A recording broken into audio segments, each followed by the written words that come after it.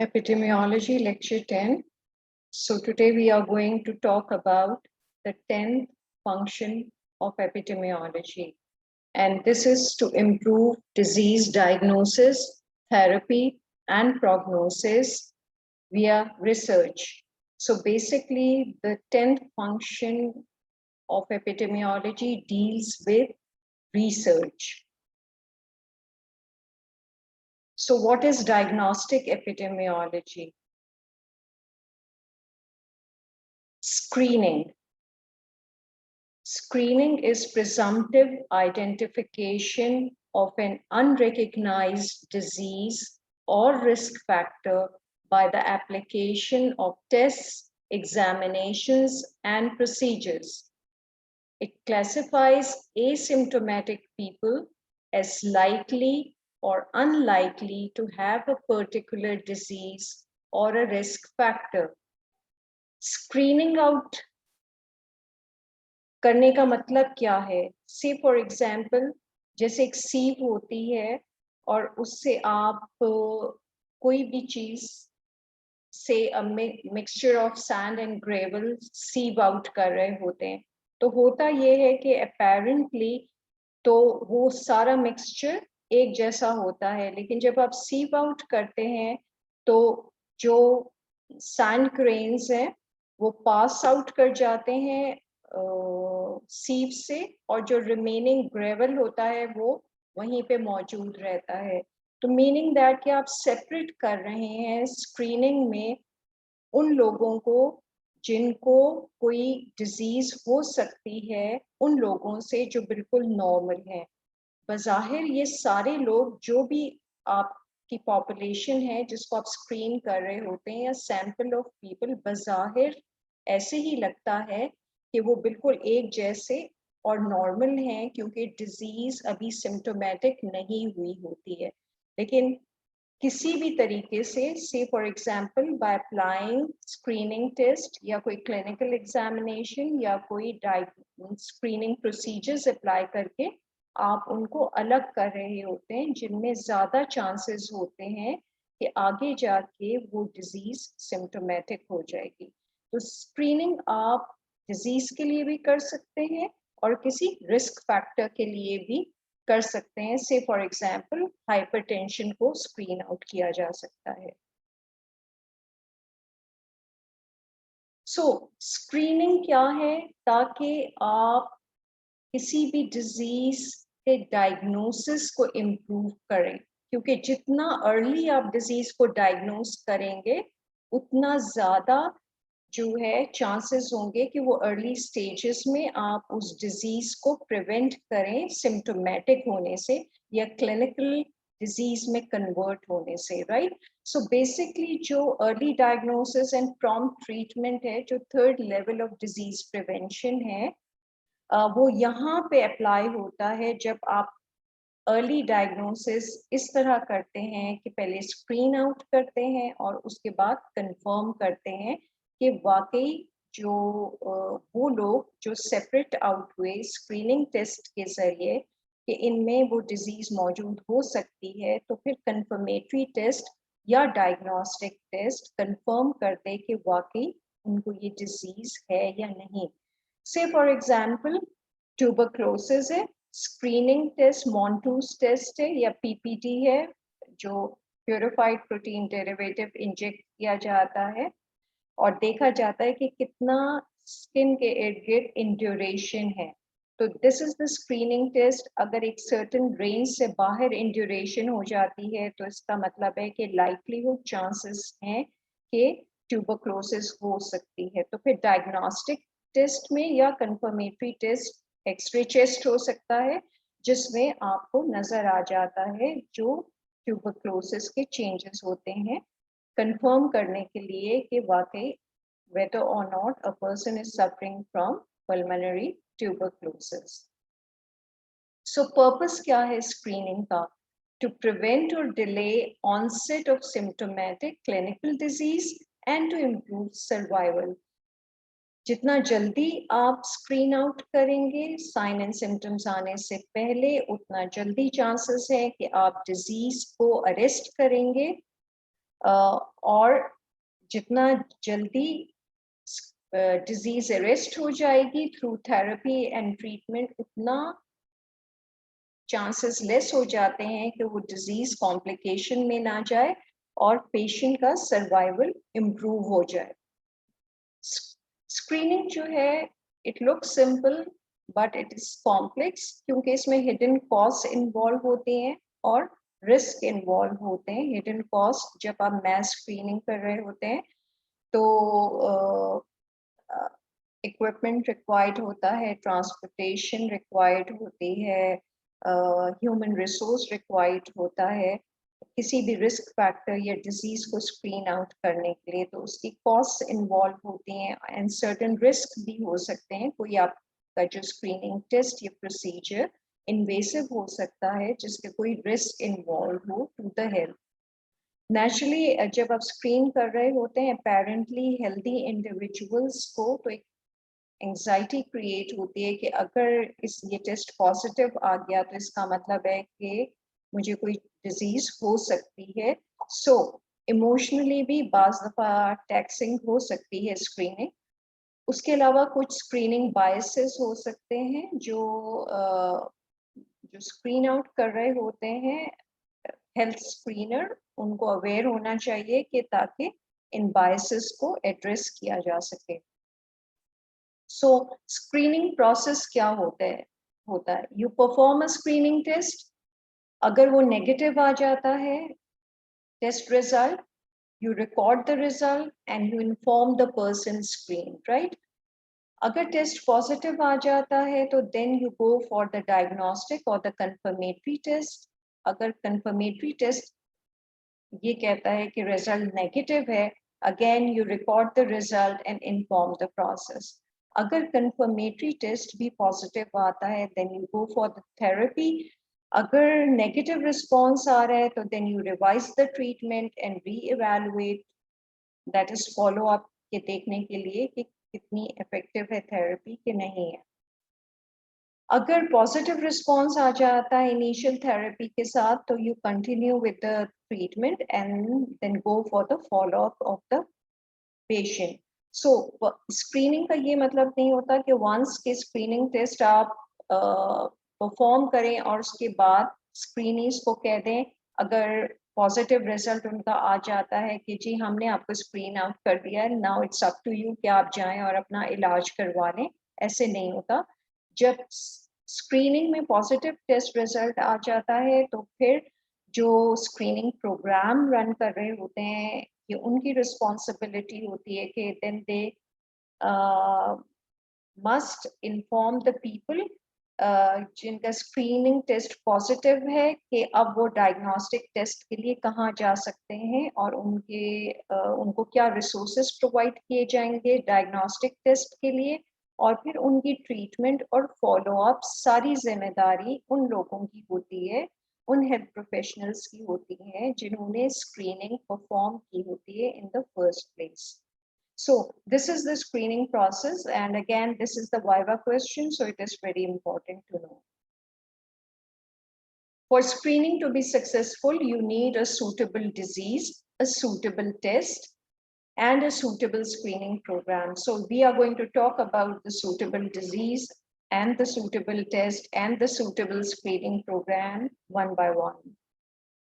What is the criteria for a suitable disease? It must be serious with serious consequences.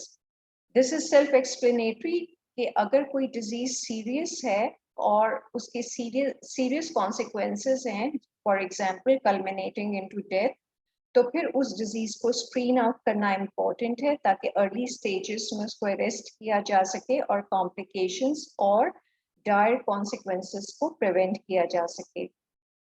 Second, size of the problem must be high. जो भी disease या risk factor है वो common होना चाहिए, ज्यादा prevalent होना चाहिए विद इन द कम्युनिटी में, ताकि ज्यादा से ज्यादा लोग स्क्रीन आउट हो सके और अर्ली स्टेजेस में डिजीज को अरेस्ट किया जा सके. अगर वो इन्फेक्शियस डिजीज है तो potential of spread must be high, क्योंकि अगर जितना ज़्यादा पोटेंशियल ऑफ स्प्रेड होगा उतना ज़्यादा पॉसिबिलिटी है कि आप स्क्रीन आउट करके अर्ली डिटेक्ट करके उस स्प्रेड को प्रिवेंट कर सकेंगे। It must be progressive. Naturally अगर कोई डिजीज जो है वो प्रोग्रेशन में जाती है तभी उसको स्क्रीन आउट करने का फायदा है। अगर वो सेल्फ लिमिटिंग डिजीज है, जैसे कि बहुत कुछ रिस्पिरेटरी ट्रैक्ट इन्फेक्शंस होती हैं, सेल्फ लिमिटिंग होती हैं, खुद ब खुद ठीक हो जाती हैं, तो एज सच फिर स्क्रीनिंग करने का कोई फायदा नहीं है, इसलिए कि कॉस्ट इन्वॉल्व होती है। Disease treatment must be effective eight an early stage. Again, वो जो भी डिजीज है जिसको आप स्क्रीन आउट करने जा रहे हैं उसके लिए एक इफेक्टिव ट्रीटमेंट मौजूद पहले से होनी चाहिए, ताकि जैसे ही हम वो ट्रीटमेंट स्टार्ट करें तो वो डिजीज सिम्टोमेटिक होने से पहले उसको काउंटर किया जा सके। सो अगर इफेक्टिव ट्रीटमेंट मौजूद नहीं है तो फिर उस डिजीज को स्क्रीन आउट करने का भी कोई फायदा नहीं है। It must have a detectable preclinical phase, that is the window period. मतलब ये कि अगर उसका प्री क्लिनिकल फेज है, जैसे बायोलॉजिकल ऑनसेट ऑफ डिजीज होता है, फिर उसका एक प्री क्लिनिकल यानी एसिम्प्टोमेटिक पीरियड होता है, जब डिजीज अगर इन्फेक्शियस है तो इंक्यूबेट कर रही होती है, और उसके बाद उसका एक क्लिनिकल फेज होता है। तो अगर प्री क्लिनिकल उसका फेज इतना है जिसमें आप स्क्रीनिंग टेस्ट अप्लाई करके उसको डिटेक्ट कर सकते हैं, तो तब तो उसका फायदा है। लेकिन अगर वो डिजीज ऐसी है जिसका प्री क्लिनिकल फेज बहुत शॉर्ट है, 1 or 2 days, और उसके बाद वो क्लिनिकल सिम्टम्स में कन्वर्ट हो जाती है, तो इतना टाइम ही नहीं होगा आपके पास, वो विंडो पीरियड नहीं होगा जिसमें आप स्क्रीन आउट कर सकें। एग्जाम्पल्स ऑफ सूटेबल डिजीजेस जो हैं जिनको आप स्क्रीन आउट कर सकते हैं वो यूजली कैंसर्स हो सकते हैं, जैसे ब्रेस्ट कैंसर है, सर्विकल कैंसर है, ओवेरियन कैंसर है, और रिस्क फैक्टर्स में हाइपरटेंशन हो सकता है। Do not screen too rare or too common diseases except for congenital hypothyroidism and phenylketonuria in newborn, where detection of a single case results in substantial benefit. अगर कोई disease बहुत ज्यादा rare है, से फॉर एग्जांपल उसका prevalence बहुत ज्यादा uncommon है, तो अगर आप हंड्रेड्स ऑफ पीपल को स्क्रीन आउट करेंगे तो, या मिलियंस ऑफ पीपल को स्क्रीन आउट करेंगे तो एक कोई केस डिटेक्ट होगा।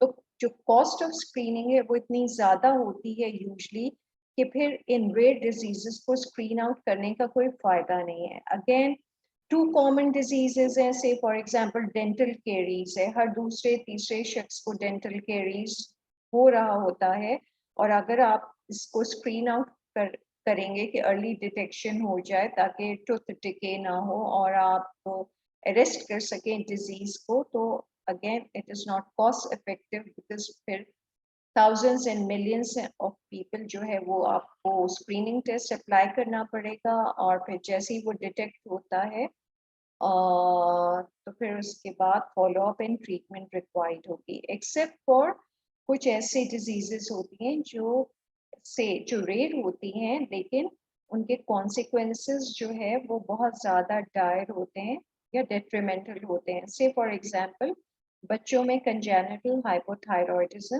और फेनाइलकीटोन्यूरिया जो मेंटल डिसेबिलिटी कॉज करते हैं, तो अगर एक केस को भी आप प्रिवेंट करेंगे थ्रू स्क्रीनिंग टेस्ट, जो सिंपल स्क्रीनिंग टेस्ट होते हैं न्यूबॉर्न में ये डायग्नोज करने के लिए हाइपोथायरॉयडिज्म और फेनाइलकीटोन्यूरिया, तो अगर आप एक सिंगल केस डिटेक्ट कर लेते हैं थ्रू स्क्रीनिंग तो आप मेंटल डिसेबिलिटी को प्रिवेंट कर सकते हैं।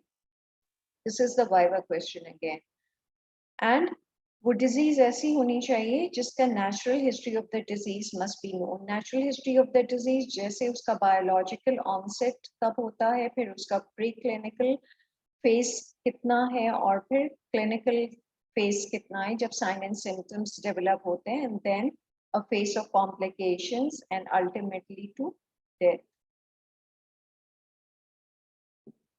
So what is the natural history of disease? Say for example, A is the biological onset of disease, जहाँ पे disease detect हुई सबसे पहले at the age of 25 years, right?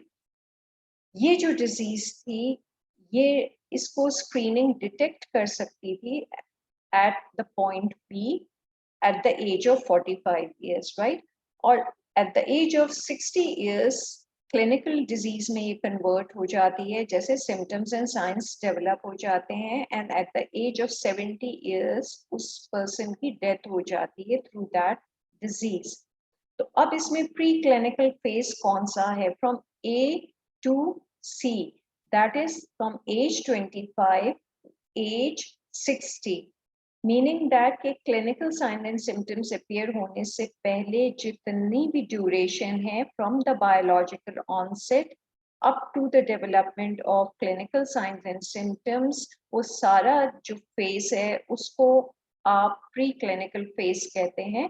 अगर इसको कैलकुलेट करें तो इट वुड बी 35 इयर्स, क्योंकि 25 इयर्स के ऊपर बायोलॉजिकल ऑनसेट शुरू हुआ एंड 60 इयर्स के ऊपर वो clinical sign and symptoms are.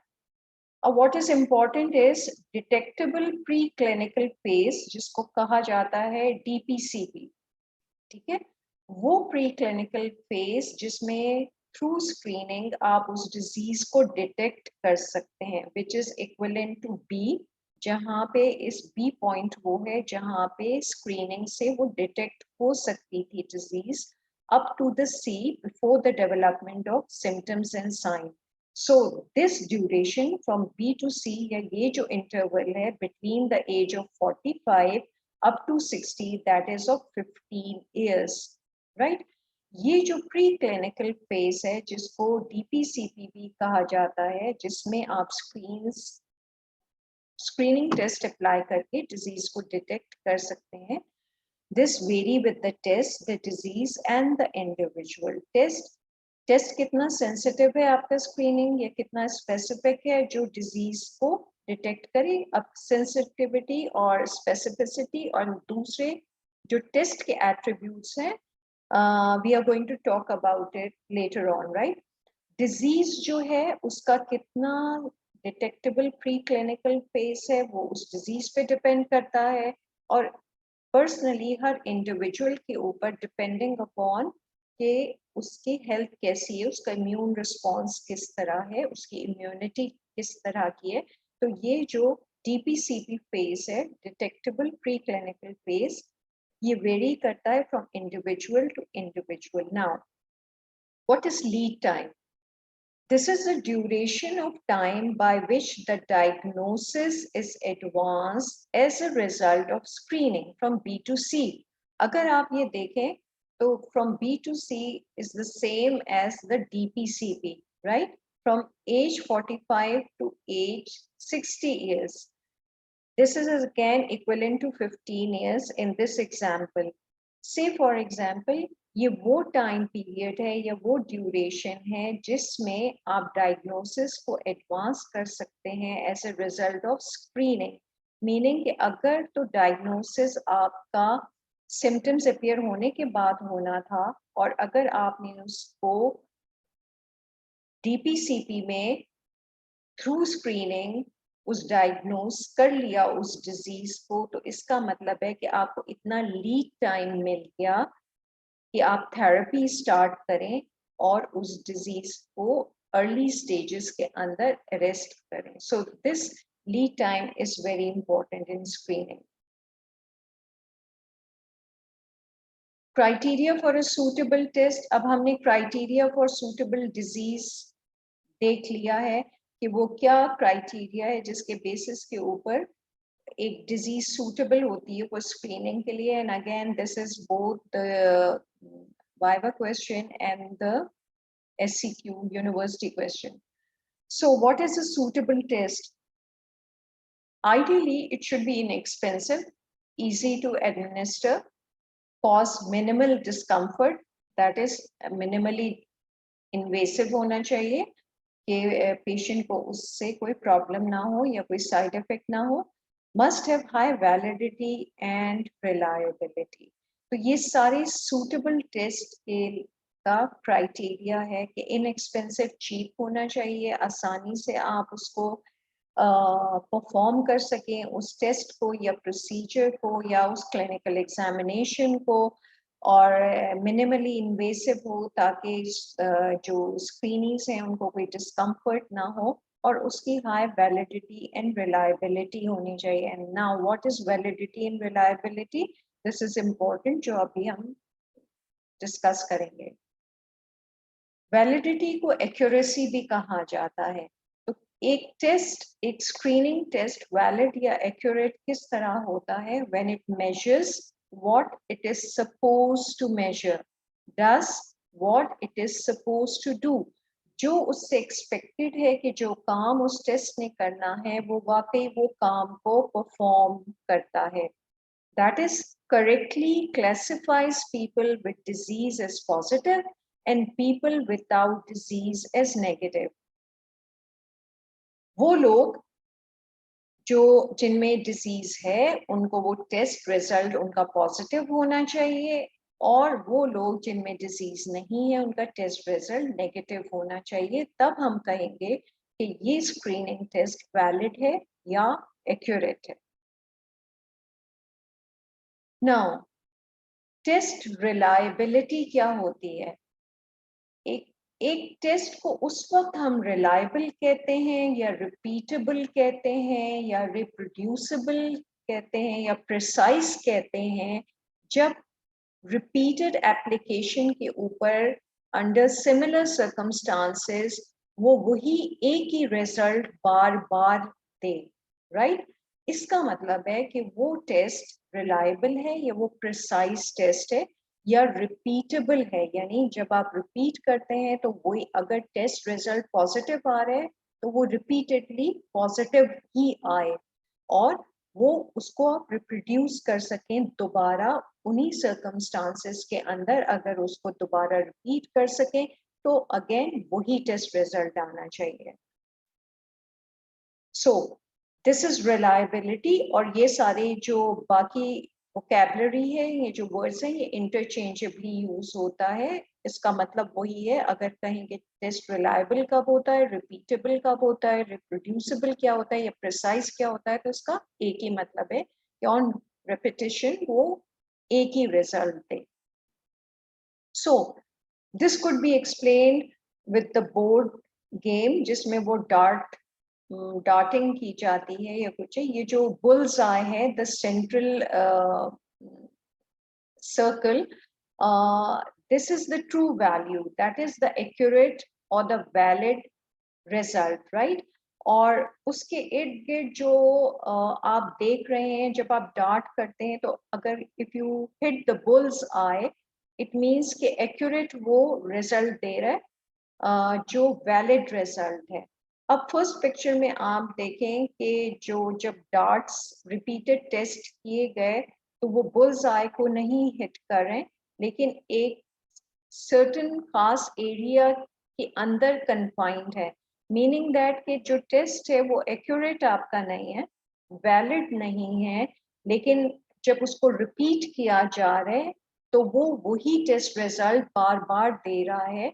यानी एक्यूरेट टेस्ट रिजल्ट नहीं है, लेकिन उसकी रिपीटेबिलिटी जो है वो वही है. बार बार अगर गलत रिजल्ट दे रहे हैं तो गलत ही देता जा रहा है. तो इट मीन्स कि वो रिलायबल तो है, टेस्ट रिपीटेबल है, but it's not an accurate test, not a valid test. Right? जो सेकंड आपकी पिक्चर है उसमें आप ये देखें कि जो बुल्स आई को वो हिट नहीं कर रहा कोई भी डार्ट, मीनिंग दैट कि वो हाईली वैलिड तो नहीं है, लेकिन जो डार्ट्स हिट कर रहे हैं वो उसी सर्कल्स में ही हिट कर रहे हैं, एक्सपैंडेड हैं, लेकिन जो बुल्स आई के इर्द गिर्द हैं. तो इसका मतलब ये है कि जी उसकी जो एक्यूरेसी है वो भी लो है क्योंकि वो एक्यूरेट नहीं है बिल्कुल, और रिलायबिलिटी भी जो है वो ज्यादा स्कैटर्ड है कि जो उसकी वैल्यूज आ रही हैं टेस्ट की उसकी जो रेंज है वो बहुत ज्यादा है। एग्जैक्टली ये नहीं हो रहा कि एक वैल्यू इन है तो इनएक्यूरेट वो, लेकिन जो वैल्यू जब रिपीटेड आप कर रहे हैं तो कभी थोड़ी सी ज्यादा हो जाती है, कभी थोड़ी सी कम हो जाती है। उसकी रेंज बहुत ज्यादा है वैल्यू की। So this situation is low validity and low reliability. The third one, अगर आप इसको देखें कि अगेन बुल्स आई को वो हिट नहीं कर रहा, meaning that it's not an accurate और अ वैलिड टेस्ट, और रिलायबल भी इसलिए नहीं है कि वो सर्कल में भी नहीं है, और कोई जो डार्ट है वो कभी कोई और वैल्यू दे रहा है, कभी कोई और वैल्यू दे रहा है। वो ना तो ये प्रिसाइज है test, that is not a reliable, not accurate both. जो लास्ट पिक्चर है वो आप देखें कि जो डार्ट है, जब आप बार बार उस डार्टिंग हो रही है तो वो बुल्स आई ही को हिट कर रहा है। जितनी भी बार आप उसको रिपीट करते हैं वो सेंट्रल सर्कल ही को हिट कर रहा है, बिल्कुल उसके नजदीक है, मीनिंग दैट कि उसकी रिपीटेबिलिटी भी हाई है और उसकी एक्यूरेसी भी हाई है। तो ये जो टेस्ट है ये बोथ वैलिड भी है और रिलायबल भी है। अगर आप इसको ग्राफ की शक्ल में देखें तो ये जो ग्राफ होता है इसको यूजली जो डिस्ट्रीब्यूशन कर्व आप कहते हैं, कि जो वैल्यूज है किस तरह डिस्ट्रीब्यूटेड है अराउंड द मीन वैल्यू। से फॉर एग्जांपल आपकी ट्रू वैल्यू जो है वो एक तरफ शो हो रही है, और जो आपकी नॉर्मल डिस्ट्रीब्यूशन है, नॉर्मल डिस्ट्रीब्यूशन कर्व जो होता है जिसमें जो पीक होती है that is your mean value which is your usually your true value, right. तो जो फर्स्ट वाला है उसमें आप देखें कि जो आपका रिजल्ट है वो वैलिड तो नहीं है, क्योंकि ट्रू वैल्यू और मीन वैल्यू बराबर नहीं है, सेंट्रल नहीं है। लेकिन वो जो रिजल्ट है वो रिलायबल है, क्योंकि आपका जो डिस्ट्रीब्यूशन है वो बहुत ज़्यादा स्कैटर्ड नहीं है, बल्कि वो जो भी मीन है, चाहे वो ट्रू वैल्यू नहीं भी है, लेकिन मीन के इर्द गिर्द ही सारी ऑब्जर्वेशंस आ रही हैं, सारे टेस्ट रिजल्ट्स आ रहे हैं। तो जो रिजल्ट है वो प्रिसाइज तो है, रिपीटेबल तो है, but it is not valid. In the second picture आप देखेंगे ट्रू वैल्यू और जो मीन वैल्यू है that is the central value, जो पीक को जब आप डिवाइड करते हैं स्ट्रेट, तो जो सेंटर में जो लाइन फॉल करती है ट्रू वैल्यू बिल्कुल उसके साथ जो है उसके साथ कोइंसाइड कर रही है, मीनिंग दैट कि ये वाला जो टेस्ट है ये वैलिड भी है, और जो बाकी जो वैल्यूज आ रही हैं वो इसी मीन और ट्रू वैल्यू के इर्द गिर्द है। अगेन जो डिस्ट्रीब्यूशन है वो नैरो है, बहुत ज्यादा एक्सपैंडेड नहीं है, मीनिंग दैट कि ये जो टेस्ट है ये रिलायबल भी है और ये जो टेस्ट है वो वैलिड भी है। This is the same thing in the first picture. ये जो फर्स्ट ट्रू वैल्यू आप ये देख रहे हैं कि this shows the accuracy of the test. अब जो फर्स्ट पिक्चर है उसकी जो मीन वैल्यू है वो ट्रू वैल्यू से बहुत ज्यादा दूर है, इसका मतलब है कि एक्यूरेट नहीं है टेस्ट। और जहाँ तक रिलायबिलिटी का ताल्लुक है तो जो मीन वैल्यू के इर्द गिर्द वैल्यूज बहुत एक्सपैंडेड हैं, तो जो प्रिसिशन है वो भी बहुत पुअर है, कि ये जो आपके जो टेस्ट है उसकी एक्यूरेसी भी पुअर है और इसकी रिलायबिलिटी या प्रिसिशन भी पुअर है।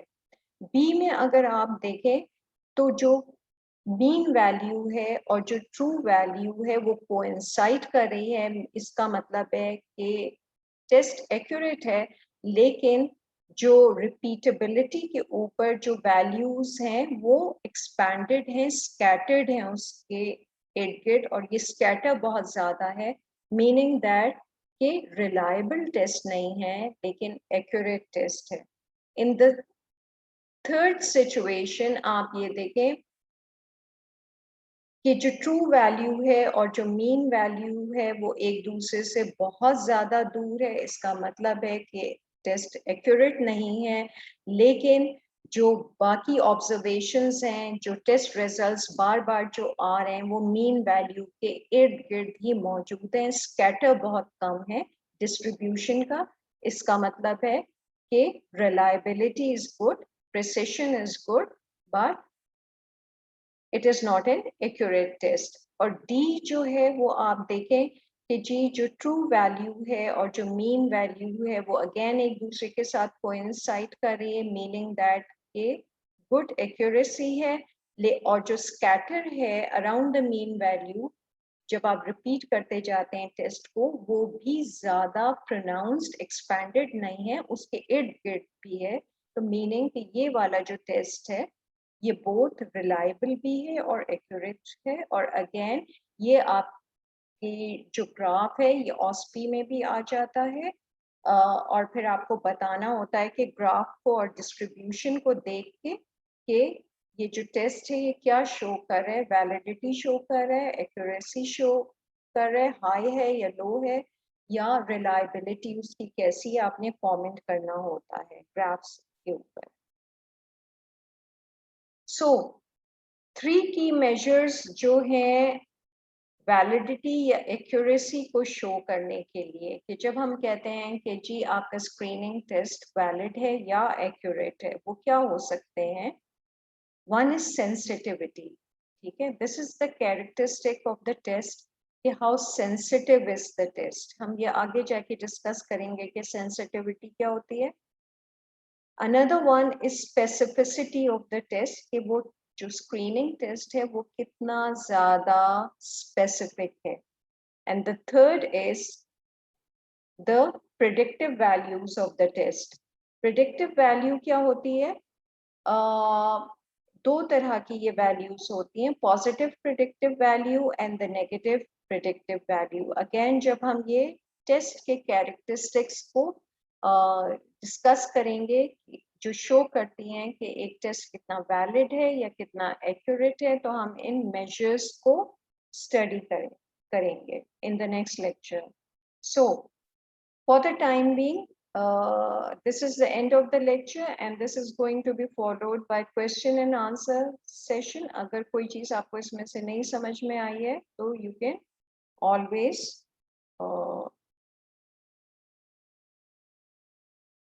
ask at the end of the class, right?